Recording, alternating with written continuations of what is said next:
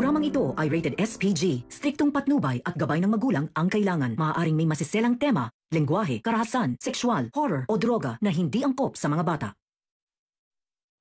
Mga kaganapan sa Lilet Matias. Paglalaban ng karapatan ni Lilet sa Mana.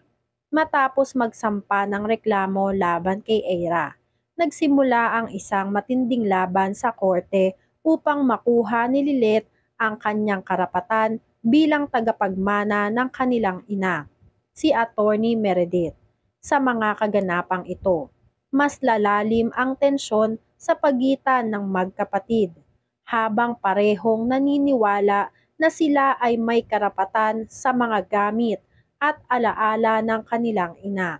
Si Lilet, na naniniwala sa kanyang pagkakapantay-pantay bilang anak, ay ipaglalaban hindi lamang ang mga materyal na bagay, kundi pati na rin ang mga alaala na may malalim na halaga sa kanya.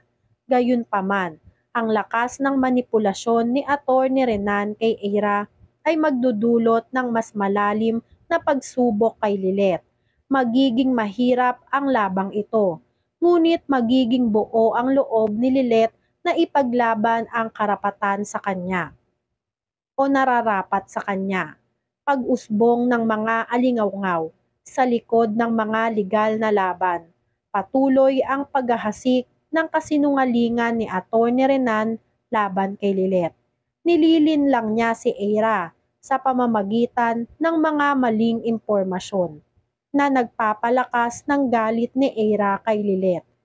Ang mga alingawngaw ay unti-unting nagpapalala ng hindi pagkakaintindihan ng dalawang magkapatid, kaya't mas lalakas ang pagkatalo ni Lilet sa harap ni Eira. Sa kabila ng lahat ng ito, magkakaroon ng pagkakataon si Lilet na ipakita kay Eira ang kanyang tunay na layunin at motibo, na hindi ito para sa sariling interes kundi upang magtulungan sila bilang pamilya. Pagdapo ng kamalayan ni Eira habang nagpapatuloy ang alitan. May mga pagkakataon na magsisimulang magduda si Eira kay Attorney Renan sa mga pag-uusap kay Trixie at sa payo ni Kurt. Magbabalik sa isip ni Eira ang mga alaala ng kanyang ina at ang mga aral na hindi pa niya natututunan. Sa kabila ng kanyang pagmamahal kay Attorney Renan, magsisimula siyang magtanong kung tama ba ang mga hakbang na kanyang ginagawa laban sa kapatid na si Lilet, habang magiging mas malupit ang mga pangyayari. Maaaring magdesisyon si Eira na bumalik sa tamang landas at magsimulang mag-ayos ng relasyon kay Lilet. Makikita natin kung paano unti-unti siyang magigising sa mga manipulative na tactics ni Attorney Renan at kung paano magbabago ang pananaw ni Eira sa kanyang pamilya. Pag-usbong ng pag-ibig ni Lilet kay Kurt sa paglipas ng panahon. Mas lalo pang naging malapit si Lilet kay Kurt. Ang kanilang pag-uusap at pagtulong sa isa't isa ay nagbigay daan sa isang malalim na relasyon.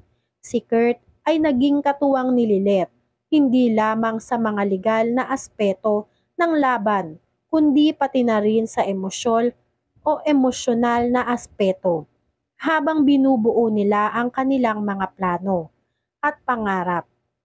Nagiging mas maligaya si Lilet sa piling ni Kurt. Ang kanilang relasyon ay magbibigay ng bagong lakas kay Lilet para ipaglaban ang kanyang mga karapatan, pati na rin ang pagpapahalaga sa kanyang pamilya, kahit na nahirapan siya sa galit at pagkalito ni Eira.